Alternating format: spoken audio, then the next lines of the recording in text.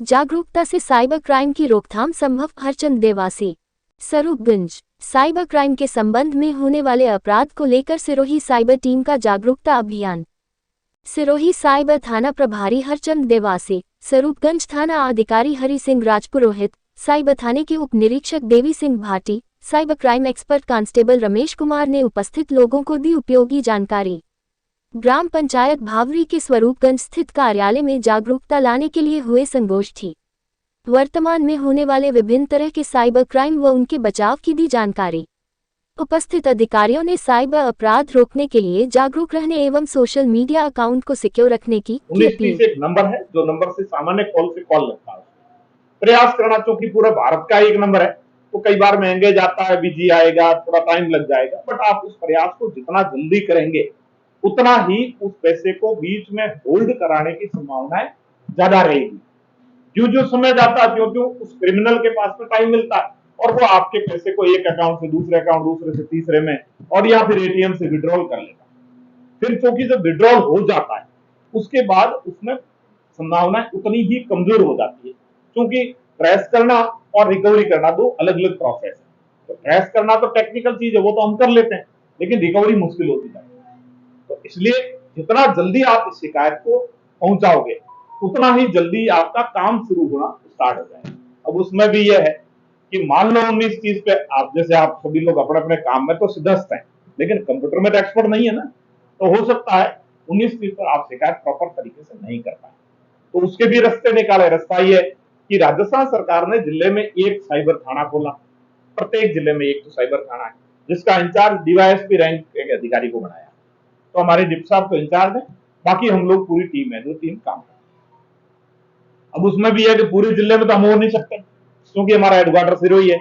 तो हमने ये तरीका अपनाया कि एक तो ये अवेयरनेस का, जैसे आप अपन लोग आज इकट्ठा हुए, एक तो प्रोग्राम ऐसा रखा कि भाई हर थाना क्षेत्र में 1, 2, 3 जितना एसएचओ आयोजित कर सकते हैं उतनी बार में हम उपलब्ध हैं। ये आयोजित कर सकते हैं, आप लोग भी कर सकते हो।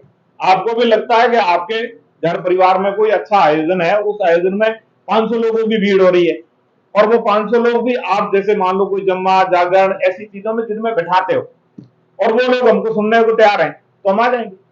तो उसमें जागरूकता फैलाने का काम हम इस तरीके से भी कर सकते हैं और जितना लोकल थानाधिकारी आयोजित करेगा उस प्रोग्राम में तो हम आएंगे ही आएंगे। दूसरा तरीका ये भी है कि मान लो आपने आपके साथ में, भगवान नहीं करे, लेकिन आपके किसी मिलने वाले के साथ आपके साथ फ्रॉड हो गया, तो फिर क्या तरीका कि 19 पर आपने प्रयास कर लिया, आपका कॉल नहीं लगा, तो आपको हार के नहीं बैठना। यदि आपका कॉल कोई कारणवश नहीं लगा, आपने प्रयास कर लिया, आपसे नहीं हो पाया, तो आप यदि आप खुद कंप्यूटर एक्सपर्ट है तब, और आप नहीं है तो आपके आसपास में कोई ई मित्र वाला एक्सपर्ट है तो उसका उपयोग करके, और ये एक पोर्टल है नेशनल हम I4C कहते हैं, मतलब 4 C है, एक I है, ठीक है। तो इस पोर्टल को खोल करके, ये साइबर रिपोर्टिंग पोर्टल है, ठीक है, तो उस साइबर रिपोर्टिंग पोर्टल को खोलेंगे तो उस पोर्टल पर शिकायत को मैन्युअली दर्ज करने का प्रोसीजर भी है, तो वो भी करा सकते हैं।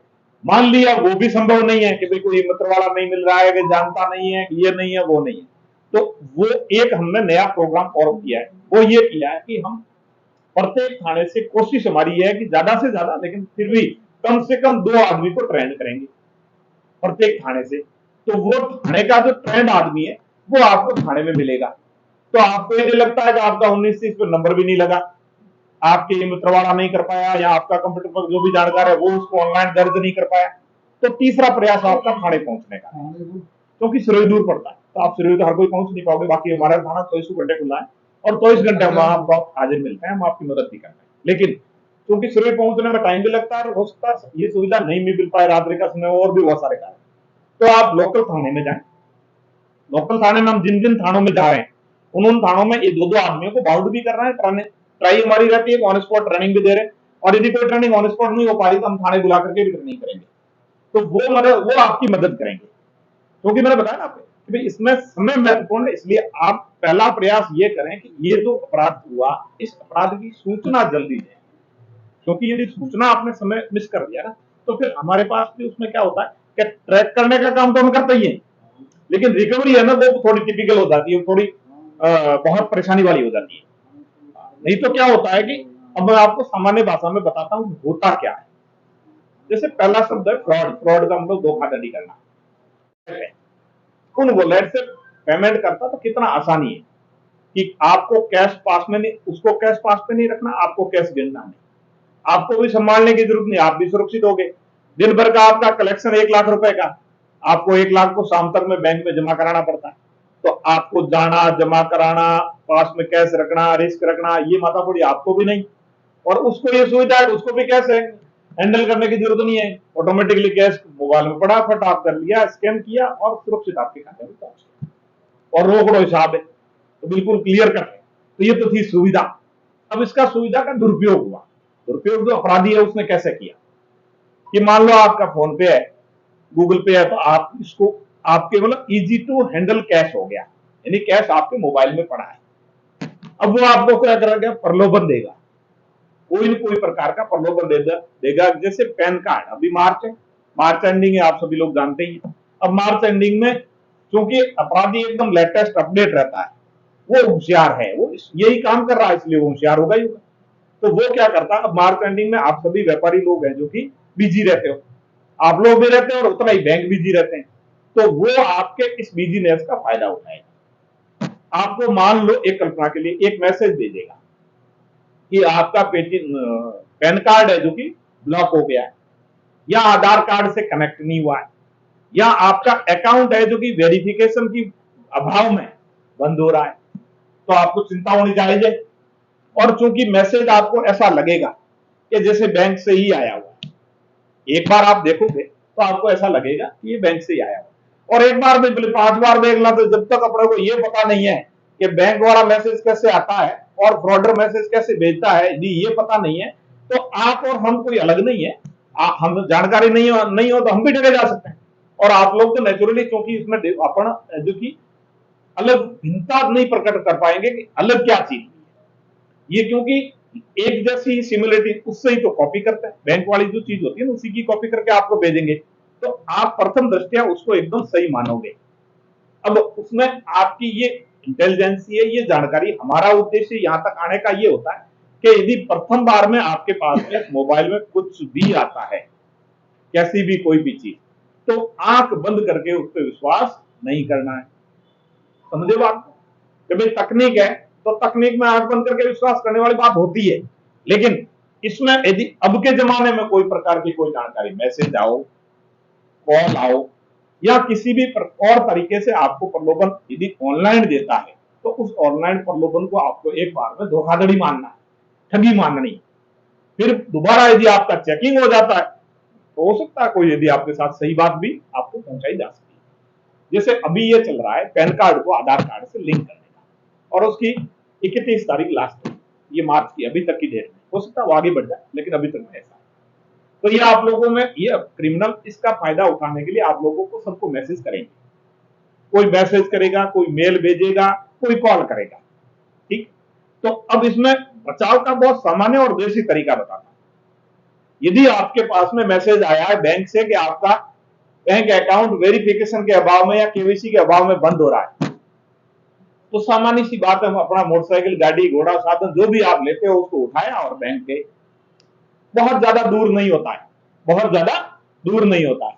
और मान लिया यदि थोड़ा दूर है भी, तो जो उसके बाद की जो समस्या है उनको भुगतने की बजाय तो थोड़ा दूर जाना ज्यादा ठीक है। समझे नहीं समझे बात को?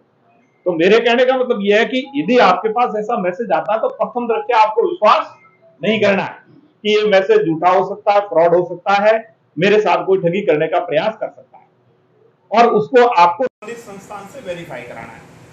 यदि आपके पास ये आ गया कि आपका ये जो कार्ड बनाते हैं ना, ये भामाशाह कार्ड वगैरह जो भी, तो उसमें भी आपको यही मानना है कि भामाशाह कार्ड का पूछा तो आसपास में मित्र पे जाके वेरीफाई कर दो, बैंक में जाके वेरीफाई कर दो।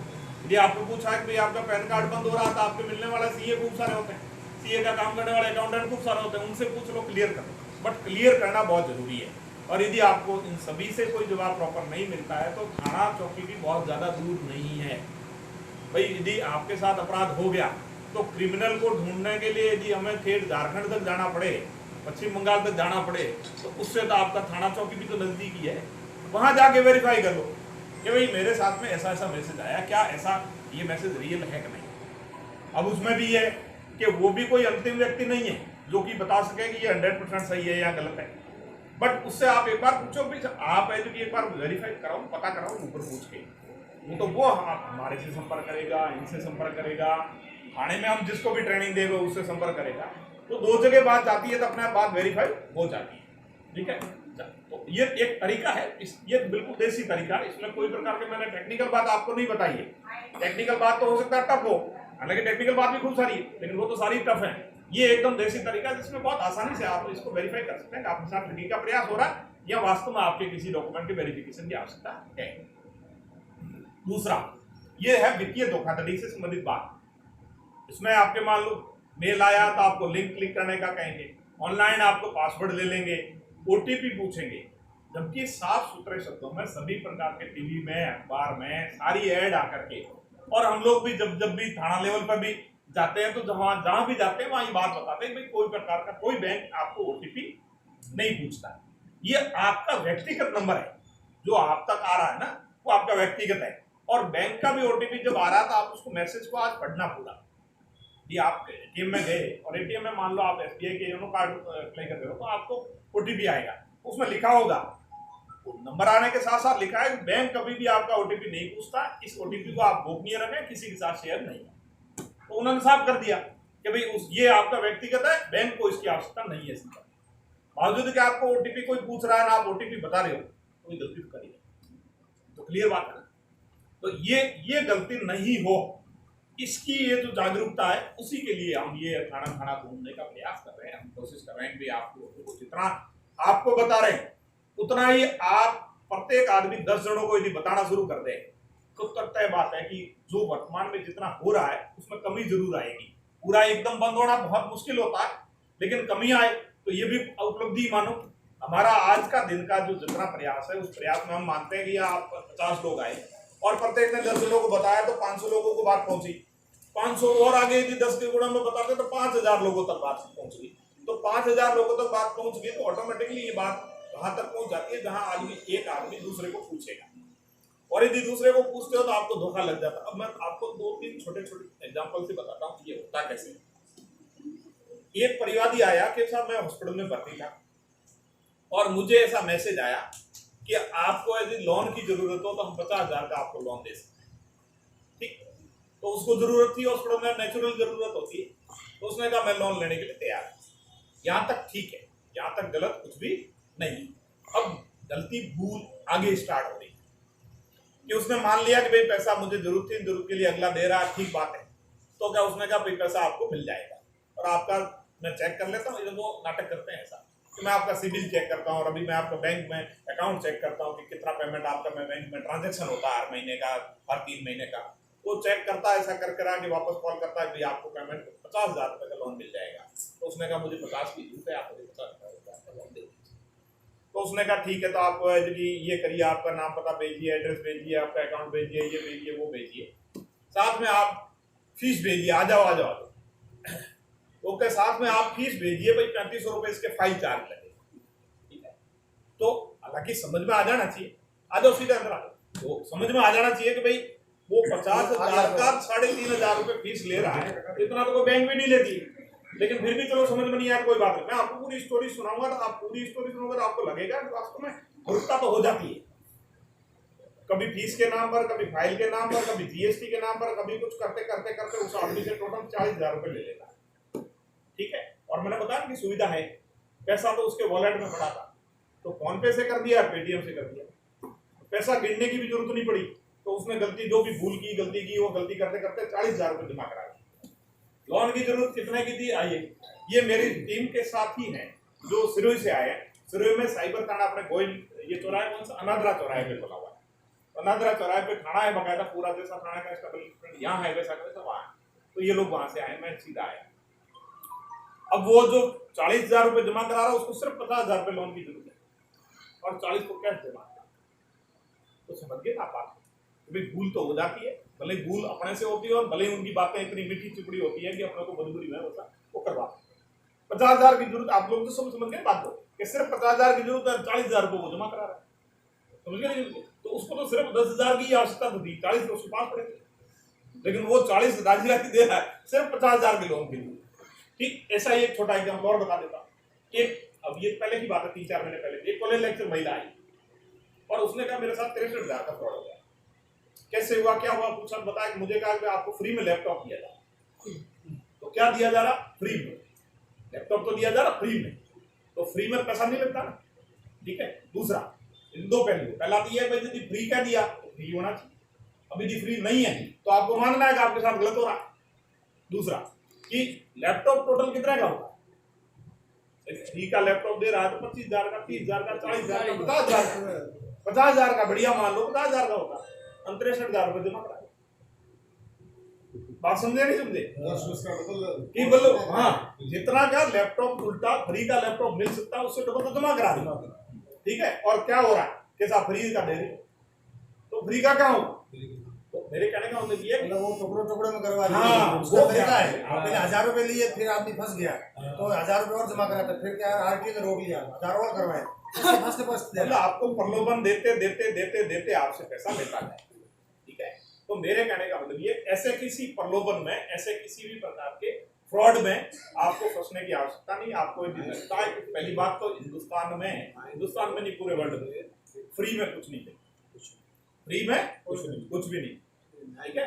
यदि आपको लगता है कि व्हाट्सएप आपका फ्री है तो फ्री व्हाट्सएप डायरेक्ट नहीं है, आपका डाटा उसके पास है और डाटा सबसे कीमती चीज है, ठीक है। फेसबुक आपको लगता है फ्री है तो फ्री कुछ भी नहीं है, आपकी एक्टिविटी उसके पास है, आप कहाँ जाते हो, कहाँ उठते बैठते हो, क्या खाते पीते हो, सारा कुछ आप उस पर डालते हो, ठीक है। तो आप फ्री कुछ भी नहीं है। और फिर भी मान लो आपको फ्री है तो आपको होशियारी होनी चाहिए कि फ्री दे रहा है, पैसे ले रहा है तो फ्री कहाँ हुआ, तो पैसे नहीं देने। मेरे कहने का मतलब ये है कि वो अपराधी आप उसकी प्रयास में चिकनी चुपड़ी बातों में वो सारे प्रयास करेगा, लेकिन आपको उनकी बातों में नहीं आना। अब ये मुझे अच्छी तरह पता कि यहाँ जो आए हैं ना वो तो उस बातों में बहुत कम आने के चांस है, लेकिन हाँ आगे चलो उसकी अपन चर्चा और करेंगे। लेकिन मेरे कहने का मतलब मान लो आ भी गए तो आ गए, आप तो ब्रांड एम्बेसडर हो गए। सुनिए, जो आ गया ना, सुनो, जो आ गया है वो चलो हो गया, वो तो हो गया उसकी तो आप रिपोर्ट दीजिए, हम हमारे लेवल पे जितना प्रयास होगा सारा प्रयास करेंगे। लेकिन उसके बाद आप ब्रांड एम्बेसडर बनिए और आपसे प्रतिदिन कम से कम प्रत्येक आदमी 50 आदमी से मिलता है ऑन एवरेज। जो दुकान पे बाजार में बैठा वो आदमी मिनिमम 50 आदमी से मिलता है। आप 50 आदमी से आप अपना जो भी व्यापार कर रहे हो वो व्यापार करिए। लास्ट वाली एक लाइन कह दीजिए भाई ऑनलाइन कोई दुकान में बताओ, देखो ऑनलाइन कुछ भी नहीं मिलता हमारे हाथ में, ठीक है। तो ऑटोमेटिकली अगला भी समझ जाएगा कि बात तो सही है। इंटरेस्ट होगा तो पूछेगा हेड जी कैसे हुआ आपके साथ, और मान लो इंटरेस्ट नहीं है तो आपको ये कहना है कि ये सारा जो फ्रॉड हो रहा है ना आजकल, ये सब फर्जीवाड़ा है, इसमें विश्वास मत करना। हो सकता है आपके कहने से आपने यदि पूरे साल भर में ये प्रयास किया, 2 लोग भी बच गए तो आपकी ड्यूटी पूरी होगी, आपने अपना कर्तव्य का निर्वहन कर लिया। ये तो था फाइनेंशियल फ्रॉड का। फाइनेंशियल फ्रॉड के भी खूब सारे प्रकार हैं, तो इसमें से एक बताया। अब उसमें उसके अलावा एक आजकल बहुत ज्यादा हो रहा है, वो हो रहा है एक वीडियो कॉल वाला, ठीक है। और ये ऐसा शर्मनाक टाइप का अपराध वो लोग कर लेते हैं अपने साथ कि अपना फिर बताने की स्थिति में भी नहीं, ठीक है। माताएं बहनें बैठी है, वीडियो कॉल किया, बुजुर्ग आदमी को वो टारगेट भी देख करके बनाते हैं, ठीक है। कि पहले आपको कहीं फेसबुक पे इंस्टा पे आपसे चैटिंग कर लिया, चैटिंग करके आपसे नंबर लिया, नंबर लेकर के आपको वीडियो कॉल कर लिया, नहीं नंबर लिया तो उसी पे कर लिया, इंस्टा पे कर लिया, फेसबुक मैसेंजर पे कर लिया, आपको वीडियो कॉल कर लिया, उस वीडियो कॉल के दौरान आपका रिकॉर्ड कर लिया। वो रिकॉर्ड के बाद ब्लैकमेलिंग शुरू, उसके बाद में ब्लैकमेलिंग का काम स्टार्ट। मैं आपको साफ सुथरे शब्दों में कह देता हूं कि वो 100% आपकी कायरता, डर का फायदा उठाते हैं।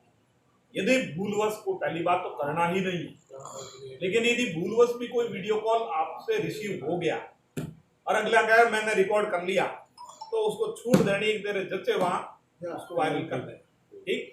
मैं तेरे को 1 टका ही देने वाला नहीं। और यदि आपका प्रथम कॉल पर ये जवाब आया तो आप 100% मानिए वो आपको दोबारा कॉल नहीं करेगा। फिर भी यदि करता है तो अपना तो रट्टी रट्टा एक ही लाइन या थारे जच्चे उठे इन्हें मेल दीजिए, मैं तो 1 टका ही दूंगा नहीं, ठीक है। पक्का मारवाड़ी आदमी हो, 1 टका ही दूंगा नहीं, ठीक। ऑटोमेटिकली दिन भर में दूसरे दिन में थक जाए, ठीक है। और जैसे ही नंबर आया लगा अपने को ये फर्जी है ब्लॉक, फर्जी है ब्लॉक, फर्जी है ब्लॉक, मोबाइल में दे रखा है एक खटके वाला बटन, फर्जी है फालतू सारा ब्लॉक कर दो, तो ऑटोमेटिकली आप यदि 10 नंबर ब्लॉक करोगे ना तो वो समझ जाएगा कि ये कुछ नहीं देगा, वो आप अननेसेसरी वो अपना समय खराब नहीं करता है, तो वो समय खराब नहीं करेगा, इसलिए आपको बार बार क्या और आपने मेरी पत्नी के साथ, मेरी बहन के साथ, या जो भी आपको अनर्गल आरोप लगाएगा कि कैसे वीडियो कॉल पे बात कर ली, ये साहब से बात की, कोई साहब नहीं होता, वो भी फर्जी है, उन्हीं का भाग है, उसी का भाई है, और वो आपको फालतू कहेगा मैं सीबीआई दिल्ली से बोल रहा हूँ, तो सीबीआई को कहाँ टाइम मिले अपने को फोन करेगा? हाँ, ये तो सामान्य सी समझ वाली बात है ना। तो इसलिए उनके वो सारे तरीके हैं, बट आपकी यदि मैं कहता आप में यदि डर नहीं है, कायरता नहीं है, तो वो फट समझ जाएगा आपके पहले जवाब पर कि ये यहाँ दाल गलने वाली नहीं है, तो वो ऑटोमेटिकली कोई दूसरा शिकार ढूंढेगा, आप पर दोबारा ट्राई नहीं। तो पहला तो करना ही नहीं अपने अननेसेसरी वीडियो कॉल को क्यों रिसीव कर। और अगले ने मान लो बता दिया भाई मैं बहन बेटी फला फला हूँ, तो अपने तो पराई बहन बेटी क्यों अपन क्यों उससे बात करें। फिर भी मान लो कोई भूल होगी, गलती होगी, बटन दब गया, खटका हो गया, ये हो गया, वो हो गया, तो साफ सुथरा मना, ठीक। और साफ सुथरा मना के साथ दूसरा तरीका क्या, वही 1930 पे नहीं होता है तो उसकी वेबसाइट, उसमें भी अपने से नहीं होता है तो ई मित्र, उसमें भी अपने से नहीं होता तो लोकल थाना, और उससे भी कोई कारणवश यदि नहीं होता है तो हम आपको 24 घंटे उपलब्ध है, ठीक है। अनादरा चौराहे के सामने की तरफ एक बोर्ड लगा हुआ बढ़िया सा, और अभी एक लाइट वाला बोर्ड और लगा रहे हैं, लाइट लगेगी, रात को भी दिखेगा, ठीक है। इसके अलावा बहुत सारे मेरे साथी, लंबी चौड़ी बातें हैं, और मैं बात करते आपसे कोई 4 घंटे भी थकूंगा नहीं, लेकिन मेरे और साथी भी आए हुए हैं, तो वो लोग भी आपको बताएंगे, वो थोड़ा आपको टेक्निकल तरीके से भी बताएंगे। थैंक यू वेरी मच, बहुत बहुत धन्यवाद।